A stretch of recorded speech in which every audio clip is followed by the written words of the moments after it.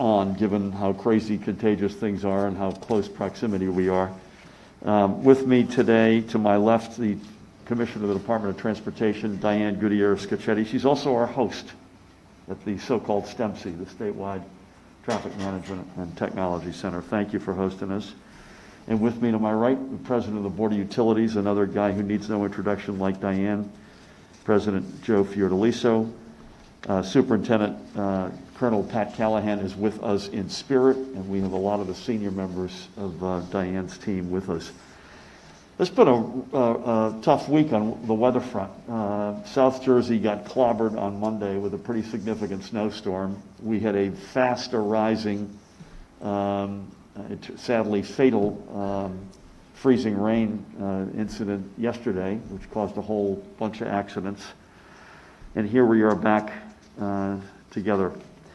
So why are we together? Throughout the day, we have been closely following the incoming storm system, which is expected to impact our entire state from late tonight, we think about in the 10 o'clock p.m. range, through midday tomorrow is the current sense, although obviously this is Mother Nature and we're doing our best to get our arms around it. And it will include, importantly, tomorrow morning's commute. All of New Jersey is under a winter weather advisory with, as best we can tell right now, 3 to 4 inches forecast across the northwest part of the state and up to 6 inches for the rest of us. It's sort of coming in and doing one of these. And so that's the current sense. However, should the storm tack more inland overnight or stall, these numbers could go up. Again, it's sort of a southwest to northeast trajectory across the state. We will put into effect, Paramel Garg is with me, we will put into effect a state of emergency at 10 o'clock as of 10 p.m. tonight. That will be statewide. Diane will also get into a 10 p.m. commercial vehicle restriction on the interstates. I know Pat Callahan, if he were here, would want everyone to know that he and his team convened their county counterparts at 1 o'clock today, and the State Emergency Operations Center is activated effective 6 p.m. tonight onward. We will have at least a delayed opening in state offices tomorrow. I can't give you exactly the time or whether or not that will be more significant, in other words, that we're not open at all at this juncture. There is a call that Pat and Diane and Joe will co-host with the National Weather Service tonight at 6:30, and I think coming out of that we'll have a more definitive answer on state offices, whether it's delayed only or whether it's something more significant. At certain times and in certain areas, snowfall rates may approach up to 2 inches per hour, and we are also anticipating wind gusts anywhere from 20 to 35 miles per hour tomorrow. Now, I think the good news, guys, I think you'd agree with me, is the type of snow that's forecast is of a lighter variety, unlike some of the heavy stuff that hit South Jersey on Monday. And that is obviously a better pull if that's in fact what happens. So between these two potentials, two particular safety issues may arise. First, visibility can be significantly reduced and travel made significantly more hazardous. Diane and her team at the DOT and their partner transportation authorities, as well as clearly county, local, and toll road crews, have spent the day preparing for this storm, and I'll ask Diane to get into some of those operations in a moment. I do think it is fair to say that this will be a good time to stay home. Again, the ban right now, obviously this is Mother Nature, subject to a lot of shifts and turns. 10 p.m. tonight, think 10 p.m. tonight into midday tomorrow. So if you can work remotely tomorrow or report later than usual, you may wish to take those options and stay off the roads. If you are out and you come upon a plowing or spreading operation, please move over and let them do their jobs, give them the right of way, and take care of the road ahead of you. Additionally, and in coordination with Pat and the state police, towing assets, Diane, correct me if I'm wrong, will be pre-positioned at the usual hilly trouble spots, western I-78 along Jugtown Mountain and on I-280 through Essex County. I should also say that commercial vehicle ban is being taken in coordination with the Keystone state of Pennsylvania. And that's important because you don't want unintended consequences. One state does one thing, the other doesn't, and you get all of a sudden a ton of traffic. We'll also, Diane will get into the fact the turnpike will remain open for commercial traffic, et cetera. The second safety issue, clearly in Joe's neck of the woods, means the combination of snow and wind can mean down power lines and blackouts. Joe and his team at the BPU have been in contact with our electric utility providers to ensure they are ready to attend to any of these issues. Again, if you do lose power, please call it in immediately to your utility. Don't assume somebody else, your neighbor or someone, called it in for you. If you happen to see a down power line, stay clear at all costs, and again, call it in. But particularly with the wind, please understand that utility crews may not be able to get up in a bucket safely to fix a line in the midst of strong gusts of heavy snow. Now, the reality of the current COVID situation means that some road and utility crews are going to be facing this storm shorthanded. They're going to do everything they can and work in partnership with others where they can. Be sure of that. We do ask for your patience and understanding, and we ask even more so than usual, given the raging pandemic, for your cooperation. As always, the Office of Emergency Management will continue to post regular updates at ready.nj.gov, ready.nj.gov, and on their social media channels. We will also keep everyone updated on our official state channels, including at NJGov on Twitter.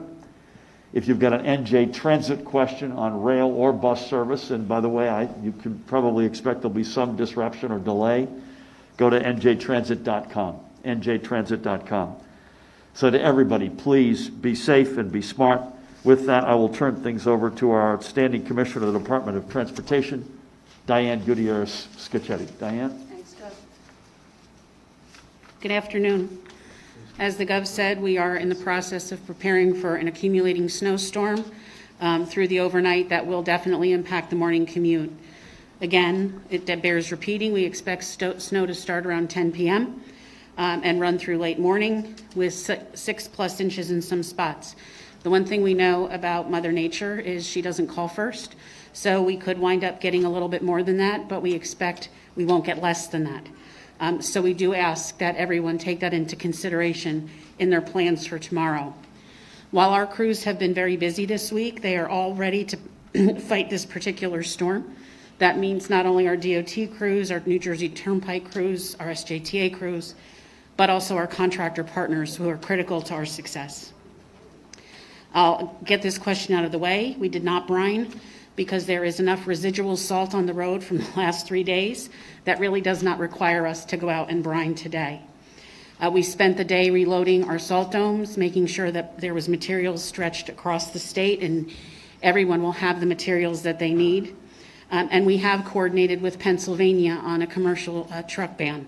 What that means is for all roads, all interstates that connect in the middle to southern region of the state with Pennsylvania, tractor trailers will be banned, empty straight jobs will be banned, CDL weighted straight jobs will be banned.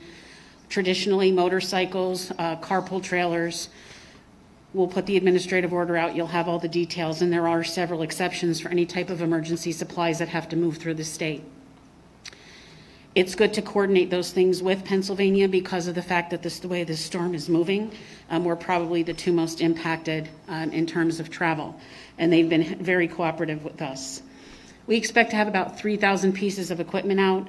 Obviously, we'll update you tomorrow as we continue to refine our plan and as we continue to get information in from the Weather Service. Tomorrow will be what we call a winter weather congestion alert day.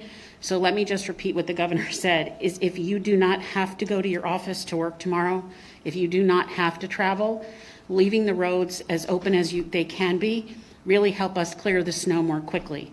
So we would ask that anyone who has the ability to work from home or to reduce their travel, that they do so. But I have to emphasize too a word the governor used, which is patience. Yesterday we had a tough time with ice. We're aware of that. We had lots of folks who were stuck behind accidents. When we can't get to the accident to clear it, you wait longer. So the best thing to do is knowing what we know at this time and what we can anticipate. If you can stay home, or here's another idea, use mass transit, that would be awesome, right? So you can go to njtransit.com to get up to the minute schedule changes, or you can call this number if you don't have access to the internet, 973-275-5555, or follow them on social media. At this moment in time, transit fully intends to run its regular schedule, but we do believe there'll be changes to that. We know at least 2 bus lines that have regular detours and snow events. The 196 and 197 bus lines will follow their detour plan for the weather. We have also been in touch with the Port Authority. They are prepared at the airport to do the best they can to make sure that the flights that are going out can get out, and for any weather-related issues. And one other, I think, important point is we're ready to activate our 511 Connect system. This is a system where if you are stranded on a road for a long period of time, usually something between 3 and 4 hours, we're able to, using technology, connect with those in the area that is affected through text message. And then through opting in, we can communicate with those who may need help. And with our partners at New Jersey State Police, we can do our best to dispatch help to those folks who may be stranded on a road, who may be able to give us valuable information to make sure that we can clear this. This is relatively new technology. We did use it last year. We used it during Ida to help us make sure we could get to motorists who may have critical issues, people who may need medicines. We could have an expecting mom. We could have someone who has tremendous anxiety. This gives them an opportunity to communicate with us so we can try to locate them and help them. Our goal, though, is to not have those situations. And the best way for us not to have those situations is for as many people as they can to stay home tomorrow. Whatever you need to do, get it done tonight, and try to just, I hate to say enjoy the snow, but it's January and we've got at least 3 more months of this. We really just want people to be safe. It's part of what we sign up for living in the mid-Atlantic northeastern states, and we're prepared to fight it, but we do need your help. We need you to drive at posted speeds. We cannot reduce speeds on the state highway system. We don't have that ability because of the way it's set up, but we ask you to use caution, reduce your speed yourself. Nobody's going to be mad at you for going slower. Be careful of plow teams. Don't cut a plow team off. They run in a particular pattern, and we don't want them getting hurt. We don't want you getting hurt. If you see emergency vehicles on the side of the road, whether it's a tow truck, state trooper, first responders, please, please slow down. It's just critical. We lost way too many first responders last year, well over 52, well over 1 a week. We really want to keep that number down. Those are the things that I can ask you to do: to drive with respect, 2 hands on the wheel, phones down, eyes straight ahead, and keep a respectable distance. That is really the best way to avoid accidents if you have to drive in this snow. And with that, Gov, I will turn it back to you. Thank you, Diane. All good advice. You mentioned our partnership with Pennsylvania. Governor Wolf and his team could not be better partners. This is an example of it. And by the way, they're dealing with unspeakable tragedy given the awful loss of life in the fire in Philadelphia yesterday. So keep them in your prayers. Secondly, Diane said something I meant to say. I think it's fair to say, team, that if there's risk right now, you're a little too hot here, I think. If the risk is a little bit asymmetric toward more likely more snow as opposed to less as we sit here at this hour. Again, it's Mother Nature, so we're doing our best to predict this. Please help me welcome, I mentioned high winds, a fair amount of snow. Obviously, you think about power outages or the potential for them. The terrific president of the Board of Public Utilities, Joe Fiordaliso. Joe? Thank you, Governor. There are always possibilities of power outages, particularly when we have snow and we have wind together. For some reason, and I can't figure it out, I can figure it out, actually. I think Mother Nature is very mad at us. Both the governor and Diane talked about Mother Nature being unpredictable. And I think I know why Mother Nature is annoyed with us, is because of what we've done to her. And that's why we have to constantly fight and be aggressive in our approach in mitigating the effects of climate change. It's absolutely imperative. And the path that the governor has put forth during his first 4 years in office is a path that every state in this union should follow. And I am so happy and pleased and thankful that we have a partner in Washington who agrees with us. And this is what we have to continue to fight. Be careful. If you have a power outage, call it in, as the governor said.